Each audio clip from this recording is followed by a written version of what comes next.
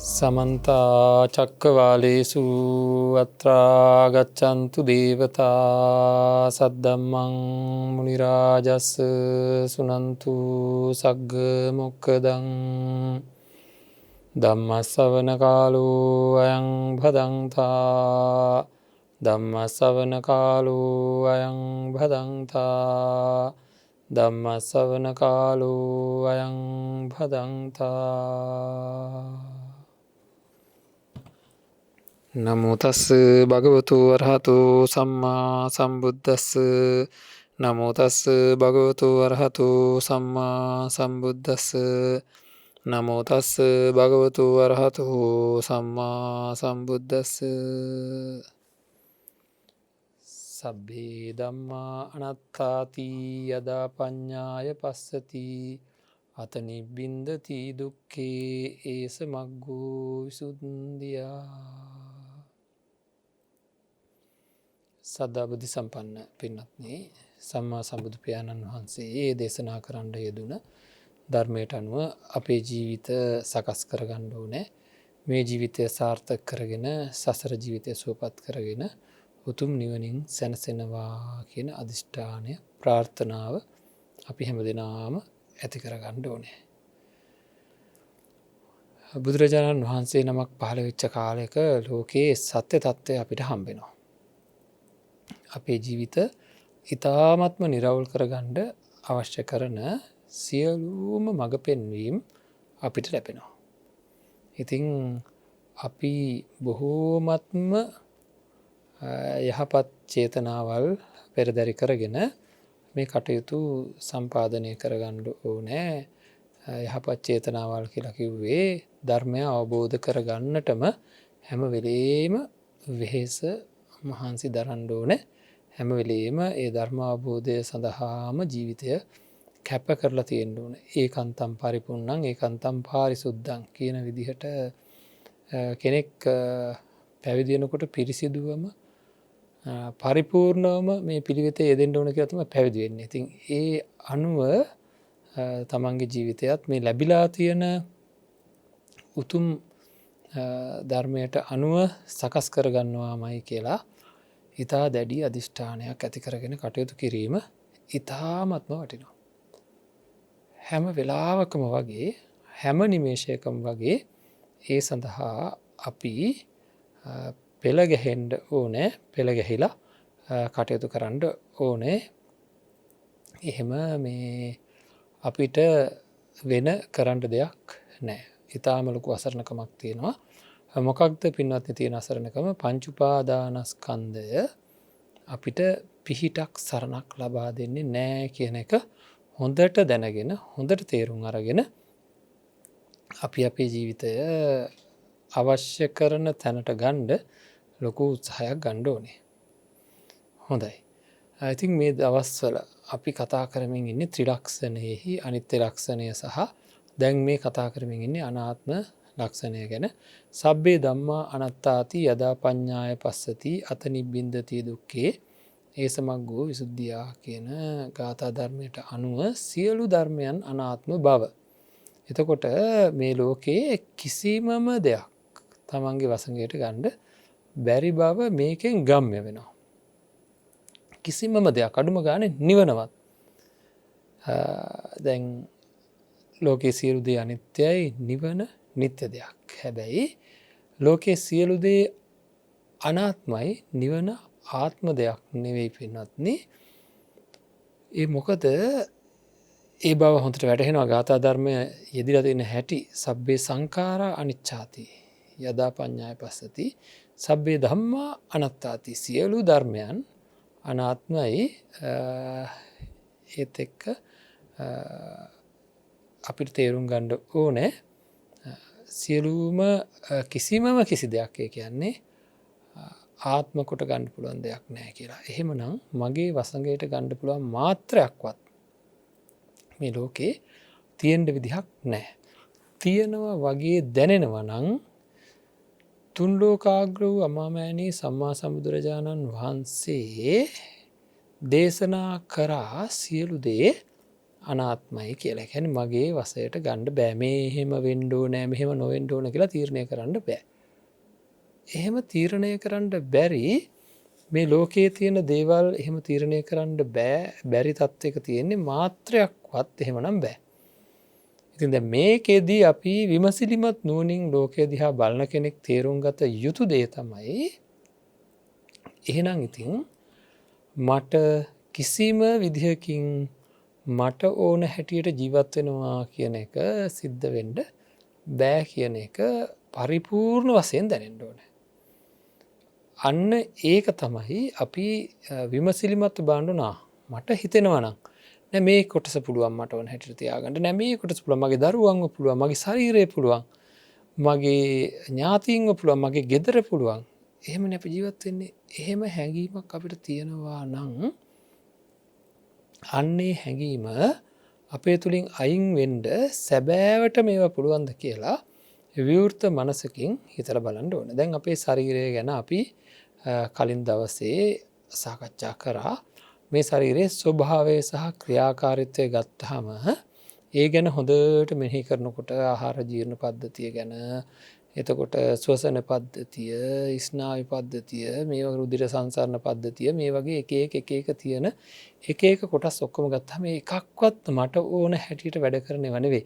අඩුම ගානේ මේ වගේ අඩුපාඩුවක් වුණාම උනත් මොකද්ද වෙලා තියෙන්නේ කියලාවත් මට හොයාගන්නවක් බැරි තත්ත්වයක් තමයි තියෙන්නේ. හරිද? එහෙම මොකද්ද මේ වෙලා තියෙන්නේ කියලාවත් හොයාගන්න බෑ. ඒවට ඉතින් අර ස්කෑන් කරලා හරියට නිකන් හංගලා තියෙන දෙයක් හොයනවා වගේ හොයන්න ඕනේ. අමාරුවෙන් හොයමින් තමයි අවසානයේදී අපිට මේ ශරීරය ගැනත් හොයාගන්න වෙලා තියෙන්නේ. ඒකින්ද ශරීරයේ ස්වභාවය සහ ක්‍රියාකාරීත්වය ගැන මට ඕන හැටියට තියාගන්න පුළුවන් කියන එක මාත්‍රයක්වත් බැරි වෙන්න ඕනේ. එතකොට මේ සමහර ඒවා දැනෙන්නේ ඇයි තියාගන්න පුළුවන් කියන එකේ ප්‍රශ්නයක් තියෙනවා. ඒ ටික සම්පූර්ණයෙන් විසඳ ගන්න ඕනේ. මට මහත් වෙන්න ඕන නම් හොඳට කෑම කාපුවාම මහත් වෙන්න පුළුවන් කියලා හිතනවා. නමුත් හිතන තරමටම ඒ විදිහට වෙනවද? හැබැයි වැඩියෙන් ආහාර ගත්තොත් මහත් වෙනවා.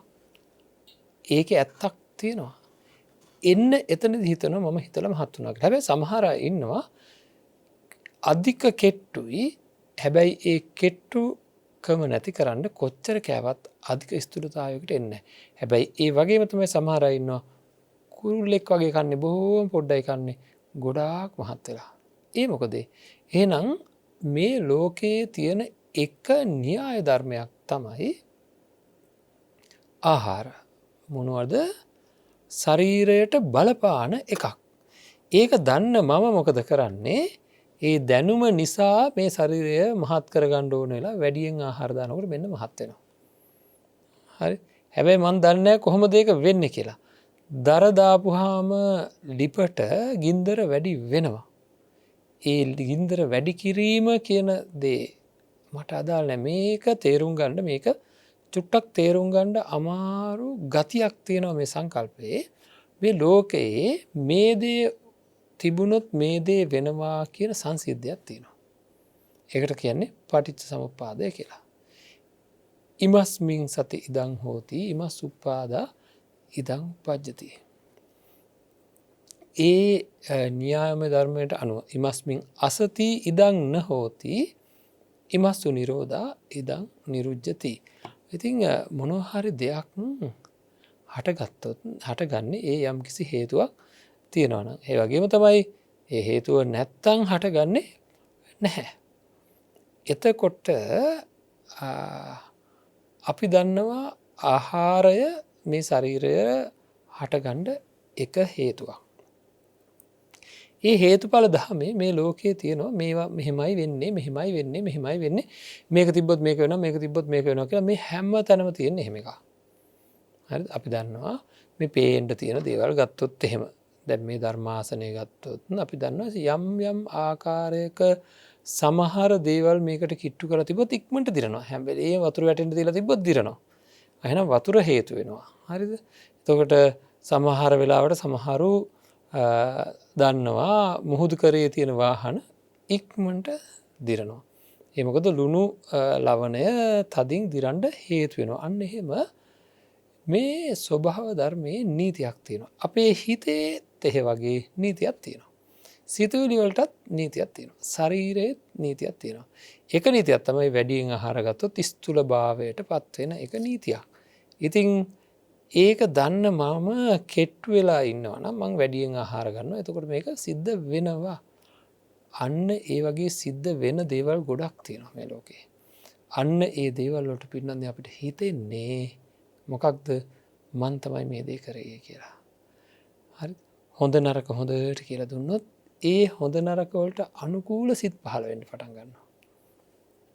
දරුවෙකුට හොඳ නරක කියලා දුන්නොත් ඒ කියලා දුන්න හින්දා එයාට නරක දේ හමුවේ නරක සිතුවිලි හොඳ දේ හමුවේ හොඳ සිතුවිලි හටගන්න පටන් ගන්නවා. අන්න ඒක තමයි අපි තේරුම් ගන්න ඕන දේ. හරි ඒක තමයි අපි තේරුම් ගන්න ඕන දේ. අන්න ඒ විදිහට ඒ තමයි න්‍යායක්. ඉතින් අපි මොකද කරන්නේ හොඳ ඒවා කියලා දෙනවා. එතකොට අපේ දරුවෝ හොඳට හැදෙනවා. හැබැයි අපි හිතනවා දරුවෝ හොඳට හදවුවේ මම. ඒක මගේ වැඩක් කියලා. හැම දෙයක් මෙහෙමයි. බීජයක් පොළොවට දාලා වතුර පොහොර හොඳට ලැබුණොත් ඒක පැලවෙනවා. මං හිතන්නේ මොකද්ද? මේක පැල කරේ මම. මේක හැදුවේ මමයි කියලා. ඉතින් ඒ අයිතිය කියන එක තියාගෙන අපි කටයුතු කරන්න හදනවා. ඒවා අපිට අදාළම නැති නීති රාමුවකට අනුව මෙය තිබ්බොත් මෙය වේ, මෙය තිබ්බොත් මෙය නොවේ. මෙය තිබ්බොත් මෙය වේ, මෙය නොතිබ්බොත් මෙය නොවේ කියන මූල ධර්මය මෙය ඇති කල්හි මෙය වේ, මෙය නැති කල්හි මෙය නොවේ කියන ආකාරයට සිද්ධ වෙන වැඩපිළිවෙලක් මිසක්කා ඔය කියන ක්‍රමවේදයට අනුකූල නොවන කිසිම කිසි දෙයක් මේ ලෝකේ මාත්‍රයක්වත් නැහැ. එතකොට ඔය නීතිය මගේ අතට ගන්න බෑ. ඒ නීතියට අනුව මට වැඩ කරලා ජීවත් වෙන්න පුළුවන්. හරියටම විදේශ රටකට ගියාට පස්සේ එහි ඒ රටේ තියෙන නීතියට අනුව මං ඉන්න තාක් කල් මට ගැටලුවක් වෙන්නේ නැහැ. හැබැයි ඒ නීතියෙන් මං පරිබාහිරව යන්න ගියොත් ඒ රටේ නීතියට අදාළ නිලධාරීන් ඇවිල්ලා මාව කුදලගෙන අල්ලගෙන ගිහලා නීතියට අනුකූල කරලා හිරේ විලංගුවේ දාලා තිනවා. දඩ ගහනවා නැත්තම් එහෙම කරදර කරනවා. ඉතින් ඒකින්ද අපිට ඒ වගේ මේ ස්වභාව ධර්මයේ තියෙන නීතියක් තමයි පින්පව් කියලා කියන්නේ, කර්මය කියලා කියන්නේ, චිත්තය කියලා කියන්නේ, ඍතු කියලා කියන්නේ. මේ ඔක්කොම මේ ස්වභාව ධර්මයේ තියෙන ක්‍රියාත්මක වෙන එක්තරා රටාවකට එක්තරා නීතියකට ක්‍රියාත්මක වෙන වැඩපිළිවෙලක්. ඉන්න ඒක අපිට දැනෙන්න ඕනේ. ඒතකොට මේ මම කියන්නේ ඔය මම කියලා කියන්නේ මේ නීතිය තුල හටගන්න එක්තරා සකස් වීමක්. හැබැයි ඒ සකස් වීම සම්පූර්ණයෙන් තියෙන්නේ ස්වභාව ධර්මයට අදාළ නීති වලට අනුකූලව. එතකොට මට කරන්න පුළුවන් දෙයක් නැහැ. කරන්න පුළුවන් දේවල් ඔක්කොම තියෙන්නේ ඒ ස්වභාව ධර්මයේ තියෙන නීති රාමුව තුල. ඒ නීති රාමුව තුල ඉඳන් තමයි මම ඔක්කොම කරන්නේ. ඒක මම යමක් දැනගෙන ඒක කරද්දී ඒ අනුව සිද්ධ වෙනවා. සිද්ධ වෙන දේ මම බාර ගන්නවා. හැබැයි මම දන්නවා මෙහෙම වුණොත් මෙහෙම වෙනවා කියලා දන්න හින්දා ඒක කරලා බලනවා. එච්චර තියෙන දේ. ඊට වැඩිය කුමක්වත් නැහැ. එච්චරයි අපිට අපි දන්න අපි දැනගත යුතු දේ. ඕක තමයි තියෙන ගැටලුකාරී තත්ත්වය. එතකොට අපි දැනගන්න ඕනේ ඊටාම් හොඳින්. හරි. මේ තියෙන තත්ත්වයන් අනුව හැඟීමක් පහළ වෙන්න ඕන මට. හඹා යන සුලියකට අහු වුණා වගේ මාව කරකෙන්නේ සුලියේ නීතියට අනුව මං කරකෙන්නේ. ඒ වගේ මේ පංච උපාදානස්කන්ධයට අදාළව ලෝක නීතියක් තියෙනවා. ඒ ලෝක නීතිය ක්‍රියාත්මක වෙමින් තියෙනවා. ඒ නීතිය තුලමයි ඒකෙන් ගැලවීම තියෙන්නේත්. ඒකයි නිවන් දකින මාර්ගය සංකතයි කියලා කියන්නේ. මාර්ගය සංකතයි. එය හේතු තිබ්බොත් විතරක් හටගන්න මාර්ගය. එතකොට මේ අපි පැහැදිලිව මේ හේතුඵල ධර්මයේ ග්‍රහණයට අහු වෙලා ඉන්නේ. ඒකෙන් පරිබාහිරව මාත්‍රයක්වත් අපිට ඒකෙන් පරිබාහිරව මාත්‍රයක්වත් යන්න බෑ. ඒකෙන් පරිබාහිරව යන්න පුළුවන් නම් මට මේ ලෝකේ මට ඕන හැටියට කරකවන්න දඟලවන්න පුළුවන්කම තියෙන කෙනෙක් මරණයට පත් වුණාම මුළු ලෝකේ තියෙන මොනම ජාති කෙනෙක්ලවත් අර මලමිනිය නැගිටවන්න බෑ. හරි. ඉතින් ඒක නැගිටවන්නේ කොහොමද කියලාවත් දන්නේ නැහැ කවුරුවක්වත්. ඒක කරන්න බෑ කවදාවත් බෑ. ඒකින්ද මේවා හරි අපූර්ව ස්වභාව ධර්මයේ නීති ඒ නීති රාමුවට අපි යට වෙලා අපි අහු වෙලා අපි ඊටාම ගැටලුකාරී තත්වයකටයි පත් වෙලා තියෙන්නේ. හොඳයි. දැන් එතකොට අපි බලන්න ඕනේ කොයි විදිහකටද අපි මේ තියෙන ගැටලුවෙන් අත මිදෙන්නේ කොයි විදිහකටද කියලා බලන්න ඕනේ. මේ තියෙන ගැටලුව මොකක්ද? වැරදි අවබෝධය. මේ තියෙන සැබෑ තත්ත්වය මට ඕන හැටියට බැරි තත්ත්වය පසෙකලා අපිට තද බල උපාදාන සිද්ධ වෙන අදහස් එනවා, හැඟීම් වෙනවා. මං ගැන විතරක් නෙවෙයි අනිත් අයවත් මට ඕන හැටියට පවත්ත ගන්න, නවත්ත ගන්න පුළුවන් කියලා. අනිත් අයවත් මට ඕන හැටියටම හුඟක් දේවල් කරගන්න පුළුවන් අනිත් අය ලව්වා කියලාවත් ලොකු අදහසක් තියෙනවා. ඉතින් අන්න ඒක තමයි අපි හැම වෙලාවකම වගේ හැම නිමේෂයකම වගේ අන්න එතන තමයි කඩාගන්න ඕනේ ඒ තියෙන වැරදි අවබෝධය. එහෙම නොවුනොත් වෙන්නේ එහෙම පුළුවන් කියලා හිතෙන සාධක තියෙනවා. දෙපැත්තටම හිතන්න පුළුවන් විදිහේ දේවල් තියෙනවා. මට ඕන හැටියට තියාගන්න බෑ කියන එක ප්‍රකටව තියෙද්දී මට ඕන හැටියට තියාගන්න පුළුවන් කියලා හිතෙන සමහර සිද්ධීන් දැන් අපිව කතා කරපු වැරදීමකින්ද එහෙම හිතන්න පුළුවන් සිද්ධි ගොඩක් තියෙනවා. අන්න ඒ සිද්ධි අරගෙන විමසා බෙද බෙදා බලන්න ඕනේ. පැහැදිලිව මේක මම කරපු දෙයක්ද නැත්නම් ඒක සිද්ධ වෙච්ච දෙයක්ද? පැහැදිලිවම මේක මම කරපු දෙයක්ද එහෙම නැත්නම් ඒක සිද්ධ වෙච්ච දෙයක්ද කියලා හොඳින් බලන්න ඕන.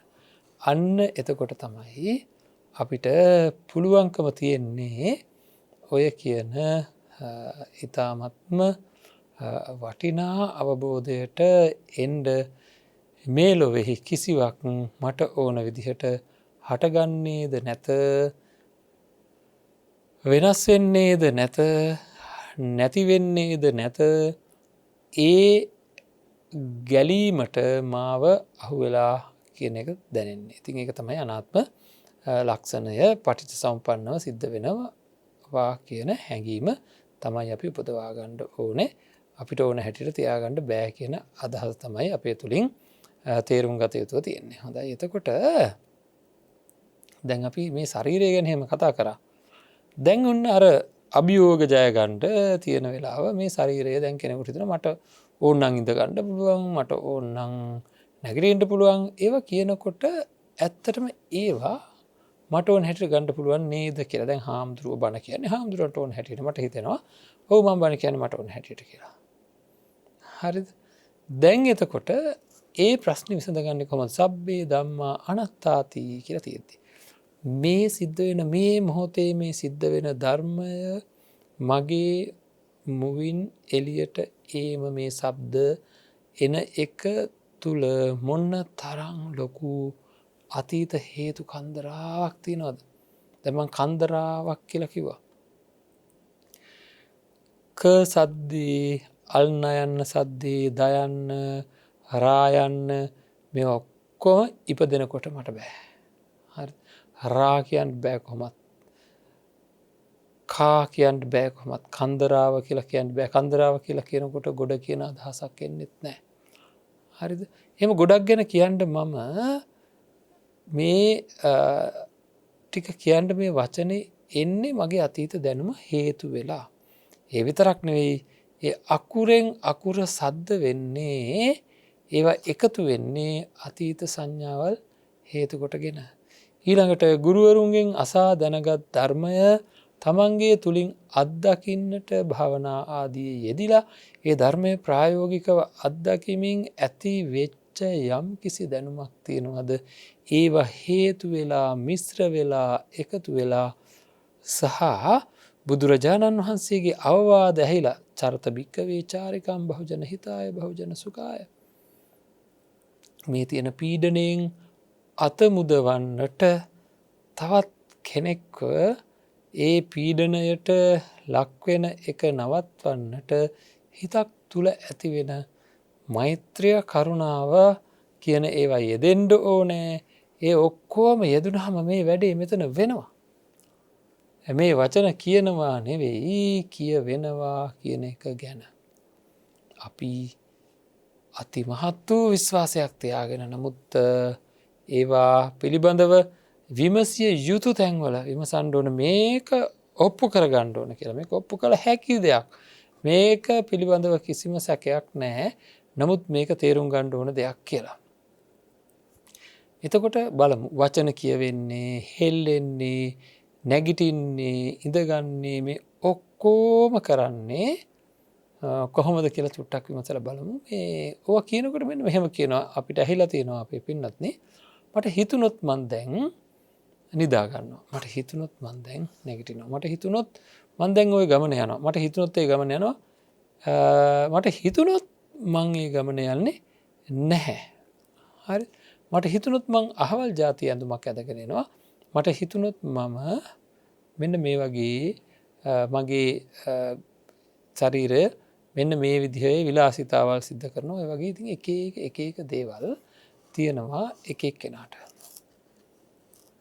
කරන දේවල් හැබැයි ඒ හැම දෙයක්ම කරද්දි මේ ශරීරය හොලවන්ඩ පවා ඔය හිතුනොත් කියන වචන කියන්නන මට හිතුනොත් මං මගේ කකුලුස්සනවා මට හිතුනොත් ම එහෙනම් ශරීරයේ සියලු ක්‍රියාකාරිත්වයන් වලට පෙරාතුව කොන්දේසියක් ඕන වෙනවා හිතුනොත් තමයි කරන්න පුළුවන් වෙන්නේ. එහෙනම් අපේ සියලු ක්‍රියාකාරිත්වයන් හිත මගින් අපිට එනේවා. ඒ කියන්නේ මේ ශරීරයේ අතක් ඔසවන්න පවා හිතක් එන්න ඕනේ නැත්තම් ඔසවන්න බෑ. ධර්මානුකූලව අපි දන්නවා හිතට හැඟීමක් ආපුහාම ඒ හැඟීම ක්‍රියාත්මක කරවන්නට හිත නිසාම උපදින චිත්ත කිරිය වායෝ ධාතුව කියලා කියන මේ අඟපසඟ ඇසුරේ උපදින්නා වූ වායෝ ධාතුවක් හේතුවෙන් අපිට මේ ගුරුත්වාකර්ෂණය අභිබවා අපේ අතක් උස්සන්න කකුලක් උස්සන්න හැකියාවක් ලැබෙනවා ඒ වායු පීඩනයක් හේතුවෙන්. එතකොට බලන්න ඒ වායුව උපදින්නේ සිත නිසාවෙන්. එහෙනම් මේ ශරීරයේ මොන්නවත් කරන්න බෑ සිතුවිල්ලක් ආවේ නැත්තම් ඒක ඉතින් අමුතුවෙන් කියන්න දෙයක් නෑ. ඒක අපේ පින්නන්ත අය හොඳින් දන්නවා හොඳට තේරෙනවා තමන්ව ගවේෂණය කරන කෙනෙකුට තේරෙනවා හිත නැත්තං හිත පිළිබඳව තත්වාකාර අදහසක් ගණ්ඩ ඕන ඒ හිතෙන් යම් කිසි සිතුවිල්ලක් ආවේ නැත්තං මේක කරන්න පුළුවන්කමක් නැති බව මේ ශරීරය මෙල්ල කරන්න බෑ ශරීරයේ අවශ්‍ය කිසිම දෙයක් කරන්න බෑ හරි සිතුවිල්ලක් නැත්තා. හොඳයි. දැන් එතකොට ඒක එහෙම තියෙද්දි එහෙනම් දැන් හිත මත රඳා පවතින ස්වභාවයක් තියෙන. දැන් අපි බලන්න ඕනේ එහෙනම් හිතේ ඇති වෙන සිතුවිලි ඒ පහළ වෙන සිත් මට ඕන විදිහට පහළ වෙනවාද නැත්තම් එක්තරා නියමයකට සිද්ධ වෙනවාද කියලා. ඒක හොයාගන්න ඒත් අපි හැරෙන්න ඕනේ අපේ පැත්තටමයි. මට එන සිතුවිලි දැන් හුඟක් වෙලාවට ගත්තොත් එහෙම එකම සිද්ධියකදී දෙන්නෙක් තුන් දෙනෙක් හතර දෙනෙක් පස් දෙනෙක් හිටියොත් ඒ අයට එන්නේ විවිධ සිතුවිලි. එකම සිද්ධියකදී. එකම සිද්ධියකදී මට අද ඇති වෙන සිතුවිල්ලට වඩා ඒ සිද්ධිය දකිද්දි හෝ අහද්දි හෝ විඳිද්දී හෙට ඇති වෙන සිතුවිලි වල වෙනස්කම් ඇති වෙන්න පුළුවන්. එහෙනම් ඔන්න අපි තේරුම් ගන්න ඕනේ අපේ සිතේ ඇති වෙන සිතුවිලි ඔය විදිහට මේ මොහොතින් මොහොත එකම වස්තුව හින්දා වෙනස් වීමකට පත් වෙනවා. ඒක මට ඕන වෙලාවට මට ඕන විදිහට හැදෙන ඒවා නෙවෙයි. කොහොමද හැදෙන්නේ? එක එක්කෙනාට වෙනස් කියලාත් මං කිව්වා. මටම උනත් දවසින් දවසට වෙනස් වෙනවා කියලා මං කිව්වා. එහෙම වෙන්නේ කොහොමද? අතීත දැනුම අනුව තමයි අපිට මේ සිතුවිලි එන්නේ. අපි ඔකට ප්‍රකට උදාහරණයක් කියනවා. ඒව නවත්තන්න බැරි හැටි සහ ගෙන්න ගන්න බැරි හැටි සිතුවිලි කියන ඒවා තමන්ට ගෙන්න ගන්නත් බෑ. එන්න පටන් ගත්තොත් නවත්තන්නත් බෑ කියන එක තේරුම් කරවන්න අපි හොඳ උදාහරණයක් කියනවනේ හැමදාම. වෛද්‍යවරයෙක් සහ වෛද්‍යවරයෙක් නොවන කෙනෙක් ඉඳෝලා අපි ලෙඩෙකුට ඇවිල්ලා ලෙඩේ විස්තර කරන්න කිව්වොත් වෛද්‍යවරයා කියන කෙනාට ඒ ලෙඩේ පිළිබඳව අදාළ සංඥා ඒ సంతානය තුළ සකස් වෙනවා. හැබැයි වෛද්‍යවරයා නොවන කෙනාට මේක සකස් වෙන්නේ නැහැ. බලෙන්වත් එයාට ගන්න බෑ. වගේම අනිත් පැත්ත තමයි වෛද්‍යවරයාට ඒ ලෙඩේ විස්තරය කියනකොට ඒ ලෙඩේ පිළිබඳව එන සංඥාව මේ බලෙන්වත් නවත්තන්න බෑ. ලෙඩේ ගැන යාට එන සංඥාව බලෙන්වත් නවත්තන්න බෑ. අරයට බලෙන්වත් ගන්න බෑ. එහෙනම් මේ දෙකම ඒ දෙන්නට අයිති නෑ. ගන්න බෑ කියන එක එයාගෙන් කොහොමත්ම ගන්න බෑ. එයා දන්නේ නැති හින්දා අන්න එහෙනම් ඒක එයාට අයිතියක් නෙවෙයි. ඒක එයාට එයාගේ අයිතියක් නෙවෙයි. ඒක කොහොමත්ම කරන්න දෙයක් නෑ. ඒ වගේම තමයි එන එක නවත්තන්න බෑ කියන එක වෛද්‍යවරයාට එන එක නවත්තන්න බෑ කියන්නෙත් ඒකත් එයාගේ අයිතියක් නෙවෙයි. ඒ සිතුවිලි එන එක එයාගේ අයිතියක් නෙවෙයි. එහෙනම් අපේ සිතක ඇතිවෙන සිතුවිලි අතීතය හේතු වෙලා අතීතයේ දන්න දේවල්, ඉගෙනගත්ත දේවල්, ඒ වගේ දේවල් හේතු වෙලා හට ගන්නවා මිසක්කා අපිට ඕන වෙලාවට ගෙන්න ගන්නවක්වත් අපිට ඕන වෙලාවට යවා ගන්නවක්වත් මොනවත් කරන්න බෑ. හරිද? අපිට ඕන වෙලාවට ගෙන්න ගන්නත් බෑ. අපිට ඕන වෙලාවට යවා ගන්නත් බෑ. එහෙනම් ඒවා හැදෙන්නේ කොහොමද? අතීතය හේතු වෙලා එකතු වෙලා. අතීතයේ ඇතිව නැතිව ගියා වූ සිතුවිලි ඒකට කියන්නේ අපි චිත්ත පරම්පරාව කියලා. අන්න ඒ එක එක්කෙනාට අදාළව ඇති වෙලා නැති වෙලා ගිය සිද්ධි මාලාවක් තියෙනවා. ඒක හරියටම දන්නේ එයා විතරයි. ඒවා ටික ටික අමතක වෙලත් යනවා. ඒ වගේම ඒවා ප්‍රකට වෙන වෙලාවලුත් තියෙනවා. ඒවා නිෂ්ඵල වෙන වෙලාවල් තියෙනවා. ඒක අදාළ නැහැ. නමුත් හැබැයි ඒ සිද්ධි මාලාවක් තියෙනවා. අන්න ඒ Tamanට කියලා ඇතිවෙච්ච සිද්ධි මාලාව හොඳට බලන්න. ඒ මත තමයි මේ වර්තමානයේ හටගන්නා වූ සිතුවිලි රඳා පවතින්නේ. හුඟක් අයගේ. ඒක එක්තරා නියමයක්. හරිද? අතීතයේ හඳුනාගත්ත දේවල්, ආශ්‍රය කරපු දේවල් මේ වර්තමානයට ප්‍රකටව හේතු වෙන බව. ඉතින් ඒක හින්දා අපි අන්න ඒ බව දැනගෙන විශේෂයෙන්ම හොඳින් ඒ බව දැනගෙන අපේ ජීවිත පැහැදිලිවම ඊටාම නිවැරදි තැනකට ගන්න කටයුතු කරන්න පුළුවන්කම තියෙනවා. ලොකු බරකින් නිදහස් වෙන්න පුළුවන්. මේක හරියටම තේරුම් ගත්තොත් ලොකු පීඩන වලින් නිදහස් වෙන්න පුළුවන්. මොහොතකට හිතන්න මට කවුරු හරි දැන් අපි මෙහෙම හිතමු ඉස්සෙල්ලා කවුරු හරි ඇවිල්ලා මට බයිනවා. ගේ ඉස්සරහට ඇවිල්ලා මට තරහ යනවා. ඉතින් තරහ ගියොත් සමහරට මං ගහන්න හෝ බනින්න යන්න තිනිට කඩ තියෙනවා. එතකොට කවුරු හරි ඇවිල්ලා ඒ විදිහට බනිද්දි මට තරහ යනවා කියලා කිව්වනේ මට පුළුවන්ද නෑ මං තරහ එන්නේ නැතුව ඉන්නවා මේක එන්න දෙන්නේ නෑ කියලා නවත්තන්නත් බෑ. ඒ වගේම ආවේ නැත්තම් තරහ පොඩ්ඩක් ඉන්නවා තමයි මට බයිනවා නේද මං තරහ ටිකක් අරන් එන්නම් කියලා එහෙමත් බෑ. ඒ කියන්නේ තරහ එන නොයන එක සහ එයාට බයින මට්ටමට තරහ එන්නත් පුළුවන්, කෙනෙකුට ගහන මට්ටමට තරහ එන්නත් පුළුවන්.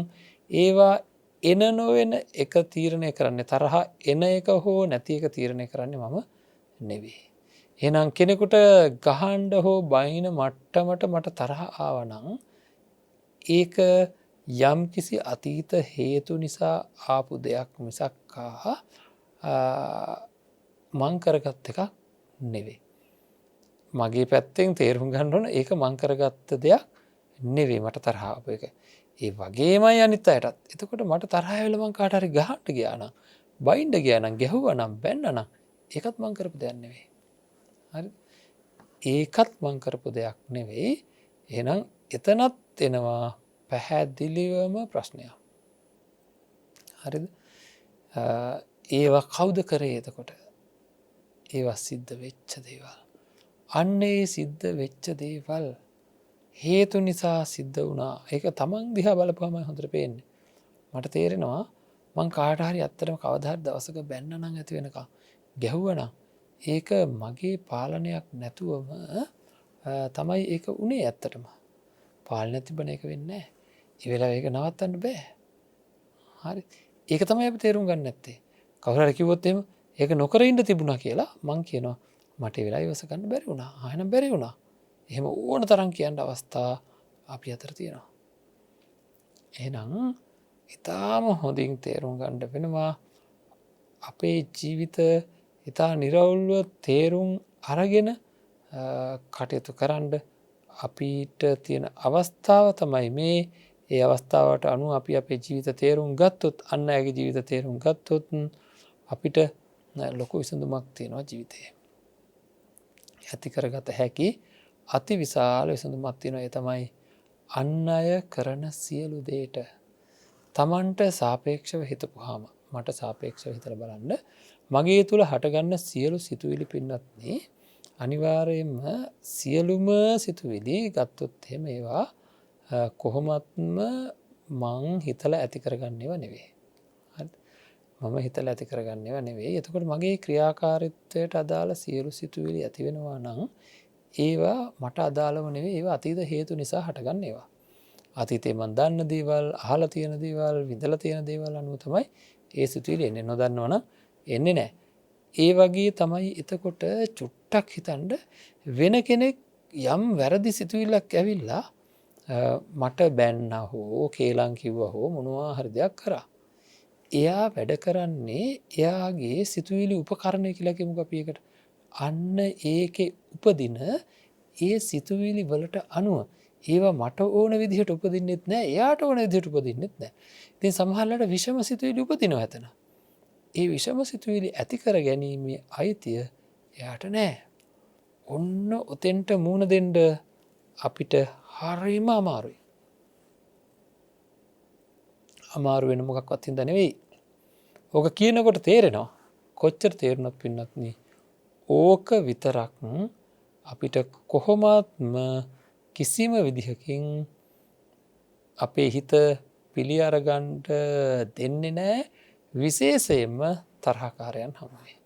මට බොහෝ වැරදි කරපු අයට අය ගැන අනේ එයාලා මේ දන්නේ නැතිකමට අවිද්‍යාව හින්දා නැත්නම් එයාලට පාලනය කරගන්න බැරි හින්දා මේ වැරදි කරලා නෙවෙයි මේ වැරදි කෙරිලා තියෙන්නේ කියන හැඟීම අපිව ගස්සන අපිට බොහොම ප්‍රබල බලවේගයක් එල්ල කරන හැඟීමක්. ඒකෙන්ද අපේ හිත කැමති නෑ ඒ වෙනස පිළිගන්න කැමති නෑ. ඒවා කොහෙද කවුරුවක්වත් මේ මගේ තරහකාරයෝ හිටියා ඒ කට්ටිය මේ වැඩ කරන්නේ යාලට ඕන හැටියට. ඒ විදිහට ලොකු ප්‍රශ්නයක් තියෙනවා. ඒ ප්‍රශ්නේ මිසක්කා ඒකේ සත්‍ය తත්වය ඒක මිසක්කා ඒක අපිට වසන් කරන්න බෑ. ඒක ඇත්තම ඇත්ත. ඒ ඇත්තට අපි කොයි වෙලාවක හරි ඊටාම ප්‍රබලව මුණ දිය යුතුව තියෙනවා. ඒක තේරුම් අරගන්න ඕනේ. තේරුම් ගත්තට පස්සේ සැහැල්ලු ජීවිතයක් ලැබෙනවා. ඒ සැහැල්ලු ජීවිතයක් ලැබෙන්නේ අර තියෙන පීඩිත තත්ත්වයන් වලින් හිත අත මිදෙන නිසාවෙන්. එහෙම අපිට තියෙන අමාරුම අභියෝගයට මුණ දෙන්න. බෑම කියන තැන විමසන්න. අපේ හිත බෑම කියනවා. නෑ මෙයාමයි මේ වැරද්ද කරේ කියලා කියනවා. වැරදි කරපු අය දිහා මේ සංකල්පය තමන්ගේ ජීවිතයට එකතු කරගන්න ගියාම අපේ හිත ඉඩ දෙන්නෙම නෑ. ඒ හැම තැනක්ම විමසන්න ඕන පින්වත්නි. ඒක තමයි ප්‍රායෝගිකත්වය කියලා කියන්නේ. මං කියන්නේ හැමදාම යෝගියෙක් විදිහට හැමදේම විමසන්න. ඔව්. ඒ තැනැත්තා ඊටාම නරක විදිහට, ඊටාම කපටි විදිහට, ඊටාම සූක්ෂම විදිහට වැඩ කරලා මට ගොඩාක් කරදර කරා. ඔන්න ඔය සිද්ධිය දැන් ගන්න ඕනේ. ඊටාම නරක විදිහට, ඊටාම කැත විදිහට වැඩ කරා ඒ පුද්ගලයා. මේ පුද්ගලයා කියන්නේ කවුද කියලා චුට්ටක් විදර්ශනා කරන්න ඕනේ.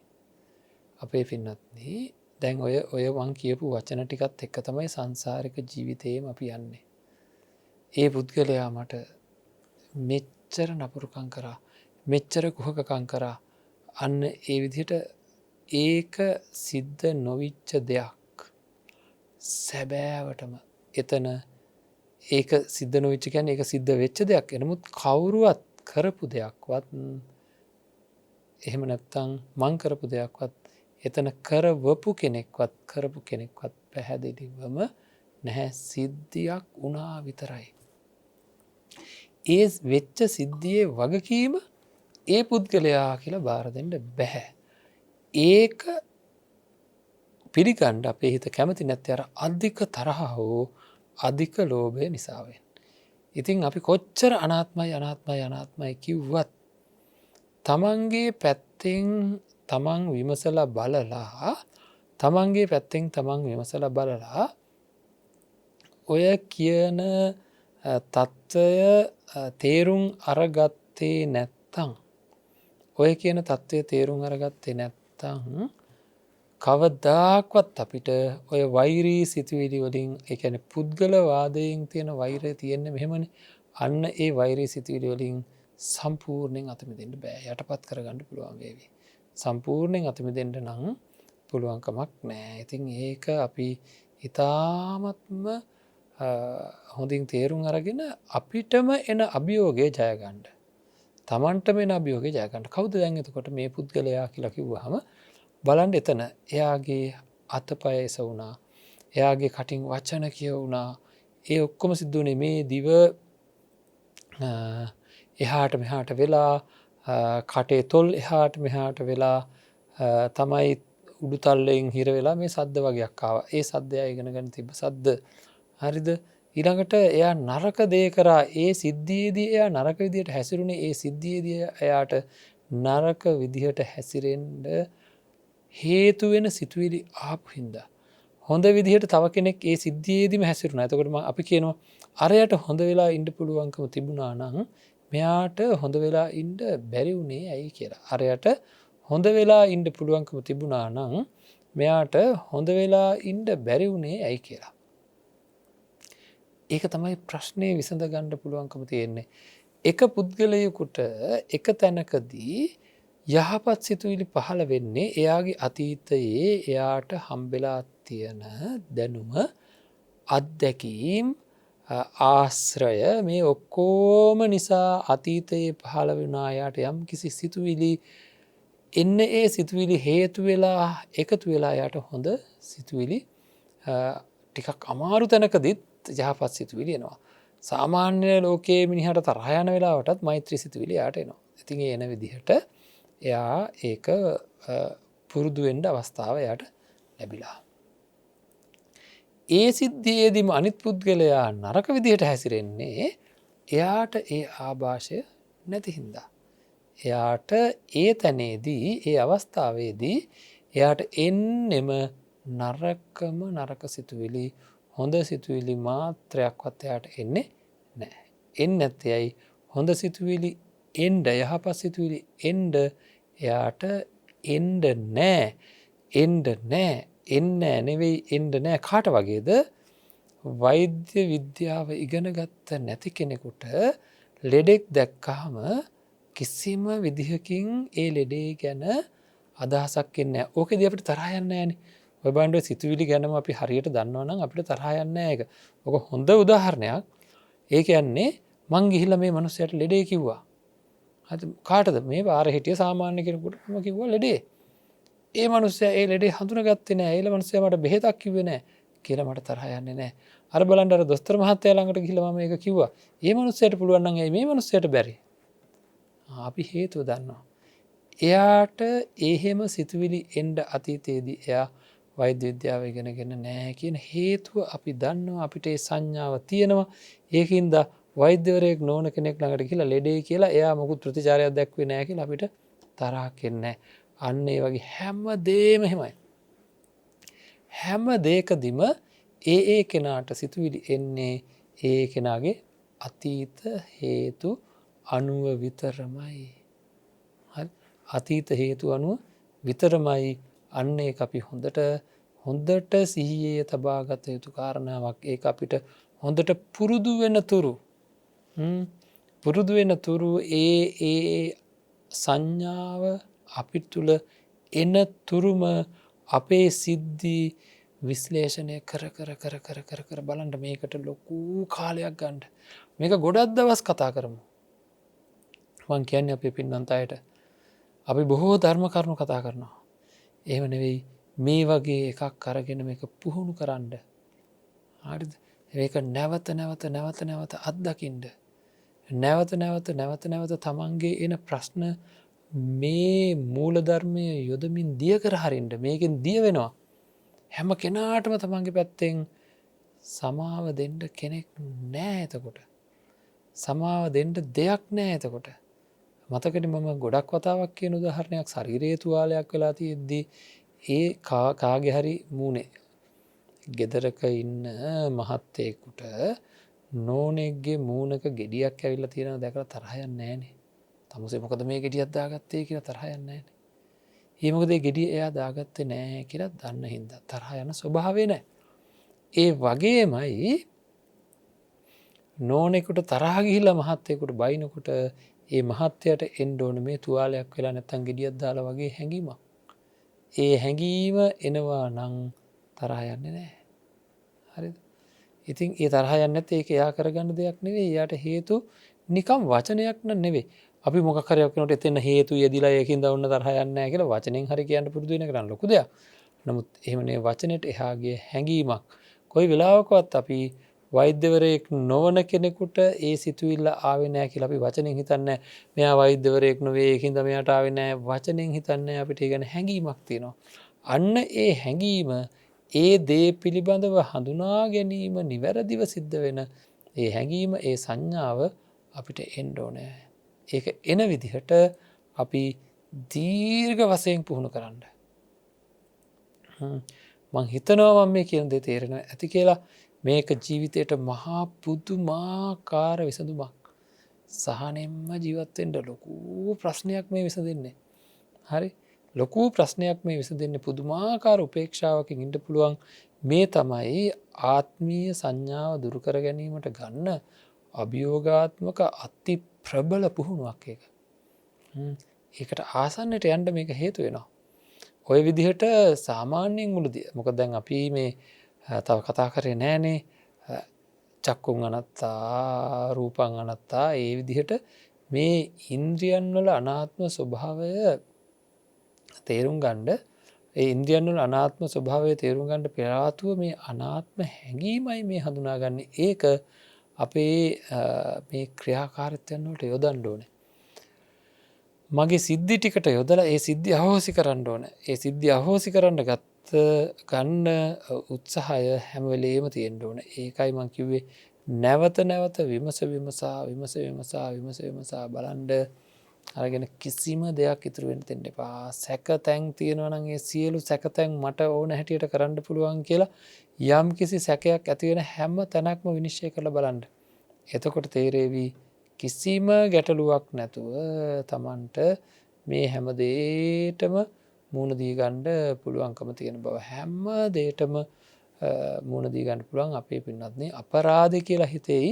මම මේ එක පුද්ගලයෝ ගැන මෙහෙම හිත මේ විදිර වෛරීව හිත මං බලාගන්නන්ගේ කිය ඔය වගේ හිත පැය ගණන් දවස් ගණන් සති ගණන් මාස ගණන් අවුරුදු ගණන් ඉන්නවා. අවුරුදු ගණන් ඉන්නවා. ලොක්කු අපරාධයක් ඒක. ඉතිං ඔන්න ඕක අපි ඉතා හොඳින් තේරුම් ගණ්ඩෝන ඉතාම හොඳින් තේරුම් ගණ්ඩෝනේ එහෙම තේරුම් අරගෙන අපේ ජීවිතයට ඒවා එකතු කර ගණ්ඩෝනෑ ලංකර ගණ්ඩෝනෑ ජීවිතය ඉතාමත්ම යහපත්තාකාරයෙන් සිද්ධ කරන්ඩ උත්සාහ කරන්න ඕනේ. ඉතිං එහෙම උනොත් අපිට පුළුවන්කම තියෙනවා ඉතාමත්ම නිවැරදි ජීවිතයක් ගත කරගණ්ඩ සකස් කරගණ්ඩ පුළුවන්කම තියෙනවා. අපේ වැඩ පිළිවෙල තිං සන්තෝසයම ජීවත්තෙන්ට පුළුවන් අනිත් අය හින්දා රිදෙන්නේ නැති අනිත් අය හින්දා දැවෙන්නේ නැති පිච්චෙන්නේ නැති තත්වකට පත්වෙන්ට පුළුවන් ඇති මොකක්ද කරන්න ඕන තමන්දිහායි හැරල බලන්ඩුවන මට එන හැම සිතුවිල්ලක්ම මං නිර්මාණය කරගත්ත දෙයක් නෙවෙයි. මං කරන හැම ක්‍රියාවක්ම සිතුවිලි මූලික වෙලා කරන එකක්. එතකොට ඒ සිතුවිලි මූලික වෙලා කරන හැම එකක්ම ගත්තොත් එහෙම ඒකට අදාළ සිතුවිලි එන හින්දයි මට කරන්න වෙලා තියෙන්නේ.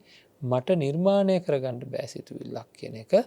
ඒක එන හින්දා නිර්මාණය කරනවා වගේ දැනෙන්න පුළුවන්. දැන් කියනවනේ අනාත්ම සංඥාව ඇති කරගන්න කියලා. අනාත්ම සංඥාව ඇති කරගන්නවා කියන්නේ නිර්මාණය කරගන්න කියලා කියන්නේ. එතකොට ඒක මං කරගන්න දෙයක් නෙවෙයි පින්වත්නි. මේ මෙච්චර කියන්න වෙලා තියන්නේ ඇයි? එතනින්ම තේරුම් ගන්න හරියටම.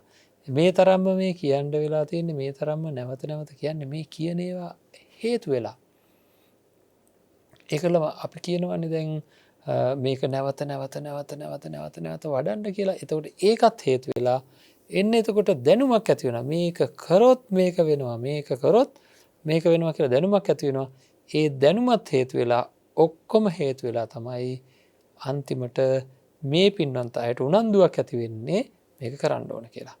ඒකයි මෙච්චර මේ කියන්නේ.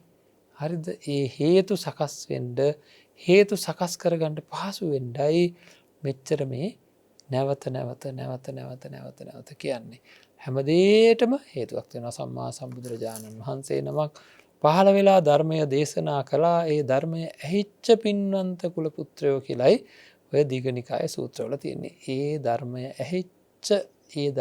ඇහිච්ච එතන තියෙන්නේ. එහෙම වුණොත් විතරයි ඒක වෙන්නේ. ඒ ධර්මය ඇහිච්ච පින්වන්ත කුල පුත්‍රයෝ ඒකාන්තම් පරිපූර්ණං ඒකාන්තම් පාරිසුද්ධං සංකල්පිතං කියන ආකාරයට පිරිසිදුව පරිපූර්ණවම සකක් වගේ හරියට නිකන් මේ පිළිවෙතෙහි යෙදෙන්න ඕනෑ කියලා ශාසනයේ හිස් රැවුල් බාලා පැවිදුණාය කියලා තමයි සඳහන් වෙන්නේ. ඥාති පරිවර්තයන් භෝගස්කන්ධයන් සියල්ල අතහැරලා දාලා. ඉතින් ඒ අනුව යමින් අපිට අපේ ජීවිතේ තේරුම් ගන්න පුළුවන් වෙන්න ඕන ඔය හැම දෙයක්ම. මට අද මේ කියන යමක් තියෙනවා නම් මේ ඔක්කොටම හේතු වෙන්නේ මගේ ගුරුවරු හා මං ඉපදිච්ච දවස් ඉඳන් ඇහිච්ච ධර්මය. ඒ ටික කියන්න හේතු වෙන්නේ මගේ ගුරුවරුන්ට හේතුනේ ඊට එහා ගිය ගුරුවරු. ඒ ගුරුවරුන්ට හේතුනේ ඊටත් කලින් හිටපු ගුරුවරු. මෙහෙම මේ උතුම් ධර්මය කොයි විදිහටද පැන නැග්ගේ කියලා අපි හොයාගෙන ගියොත් වෙනත්නේ අපිට හම්බෙන්නේ සම්මා සම්බුදුරජාණන් වහන්සේ. එතකොට ඉතින් ඒක දැනෙනවා නම් හරියට අති මහත් වූ ශ්‍රද්ධාවක් උපදිනවා. ඒක දැනෙනවා නම් අති මහත් වූ ශ්‍රද්ධාවක් උපදිනවා. ඒකින්ද අපි බලන්න ඕනේ ඒ විදිහට තේරුම් අරගෙන අපේ ජීවිතය ඉතා හොඳින් තේරුම් අරගෙන කටයුතු කරන්න බලන්න ඕනේ. ඉතින් අපි බලමු අපේ ජීවිතය ගැන ඒ විදිහට හොඳින් තේරුම් අරගෙන මේ ජීවිතය සාර්ථක කරගෙන සසර ජීවිතය සුවපත් කරගන්නත් ඒ වගේම උතුම් සැනසීමෙන් සැනසෙනවා කියන අදිෂ්ඨානය ප්‍රාර්ථනාව ඇති කරගෙන කටයුතු කරන මේ පින්වන්ත අයට උතුම් යහපතම සිද්ධ වේවා කියලා අපි ඒ ප්‍රාර්ථනා ඉෂ්ට සිද්ධ ගන්නට හේතු වේවා කියලා ප්‍රාර්ථනා කරනවා. හැම දිනාටම ධර්ම ශ්‍රවණමය ආනිසංසය ධර්ම අවබෝධය සඳහාම හේතු වේවා කියලා ප්‍රාර්ථනා කරනවා. ආකාසට්ටා චුම්මට්ටා දේවා නාග මහිද්దికා පුඤ්ඤන්තං අනුමෝදිත්වා චිරං රක්ඛන්තු ශාසනං චිරං රක්ඛන්තු දේශනං චිරං රක්ඛන්තු මං පරන්ති.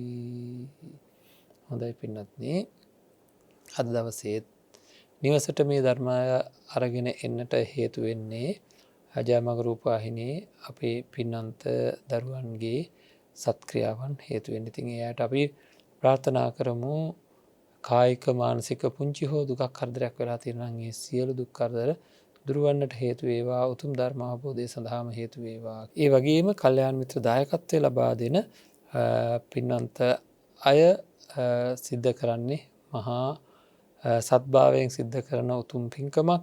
අන්න අයට ධර්මය ලබා ගන්නට උදව් උපකාර කිරීම. ඉතින් කල්යාණ මිත්‍ර සම්පත්තිය ලබා දීම හේතුවෙන් ඒ ඇත්තන්ට සසර වසන තාක්කල් පාප මිත්‍ර ඇසුරකටපත් නොවේවා. කල්යාණ මිත්‍ර ආශ්‍රය නිබඳව නිරතුරුව ලැබේවා. අවසානයේදී උතුම් නිවනින් සැනසෙන්නට හේතු වේවා කියලා ප්‍රාර්ථනා කරමු. ඉතින් අද දවසේ කල්යාණ මිත්‍ර දායකත්වයේ වශයෙන් සඳහන් කරලා තියෙන්නේ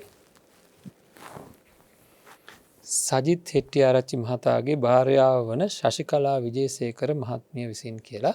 සජිත් හෙට්ටිආරච්චි මහතාගේ 2021 දෙවැනි දිනට යෙදෙන 40 වන ජන්මදිනය වෙනුවෙන් එම මහතාට නිදුක් නිරෝගී සම්පත් ලැබීම සඳහා ශෂිකලා බිරිඳ සහ රිසිනි දියණිය ආශිර්වාද ප්‍රාර්ථනා කරනවා කියලා සඳහන් කරලා තියෙනවා. ඒ වගේම සුජීවත්ව සිටින දෙමාපියන්ට ආශිර්වාද කරන්නටත් දේශකයන් වහන්සේ ඇතුළු සියලු මහා සංඝරත්නයටත් ලෝකවාසී සියලු දෙනාටත් දෙපාර්ශ්වයේම සංසාරගත ඥාතීන්ටත් පුණ්‍ය අනුමෝදනා කිරීම සඳහා මේ පින් හේතු වේවා කියලා සඳහන් කරලා තියෙනවා. ඉතින් එතුමියගේ ප්‍රාර්ථනාවන් අනුව අපි ප්‍රාර්ථනා කරමු සජිත් හෙට්ටිආරච්චි මහතාට නිදුක් නිරෝගී භාවය, චිරජීවනය, ඒ වගේම දීර්ඝායුෂ ලැබේවා කියලා ප්‍රාර්ථනා කරමු. යහපත් ජන්මදිනයක් වේවා කියලා ප්‍රාර්ථනා කරනවා. ඒ වගේම එම මැතිනිය ඇතුළු දියණිය ඇතුළු සියලුම දෙනාට සුජීවත්ව වාසය කරන හැම දිනාටම නිදුක් නිරෝගී චිරජීවනය ලැබේවා. උතුම් ධර්මාභෝධය සඳහාම මේ සියලු පුණ්‍ය ශක්තිය හේතු වේවා කියලා ප්‍රාර්ථනා කරනවා. නමින් මේ පරලෝකීය සියලුම ඥාති මිත්‍රාදීන්ටද මේ පින් හේතු වේවා. සුජීවත්ව වාසය කරන දෙමව්පියන්ට දීර්ඝායුෂ ලැබෙන්නට මේ සියලු පුණ්‍ය ශක්තියන් හේතු වේවා. හැම දිනාටම උතුම් නිවනින් සැනසෙන්නට මේ ධර්ම දානමය පුණ්‍ය කර්මය හේතුවක්ම වේවා කියලා අපි ප්‍රාර්ථනා කරනවා. හැම දිනාටම සම්මා සම්බුදු සරණයි.